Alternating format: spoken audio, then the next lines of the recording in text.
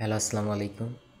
দেখতে পাচ্ছেন যে আমার এই পাখিটা প্যারালাইসিসের মতো হইছে। মানে এটা প্যারালাইসিসই ধরা যায়। তো অনেকে আছে ইনকিউবেটর থেকে বাহির করে এমন দুর্বল বাচ্চা হয়। বা হচ্ছে বাহির করার ২-১ দিন পরে এমন দুর্বল বাচ্চা হতে পারে। সেক্ষেত্রে আপনি থায়াবিন বা থায়াজেন এমন কিছু খাওয়াতে পারেন।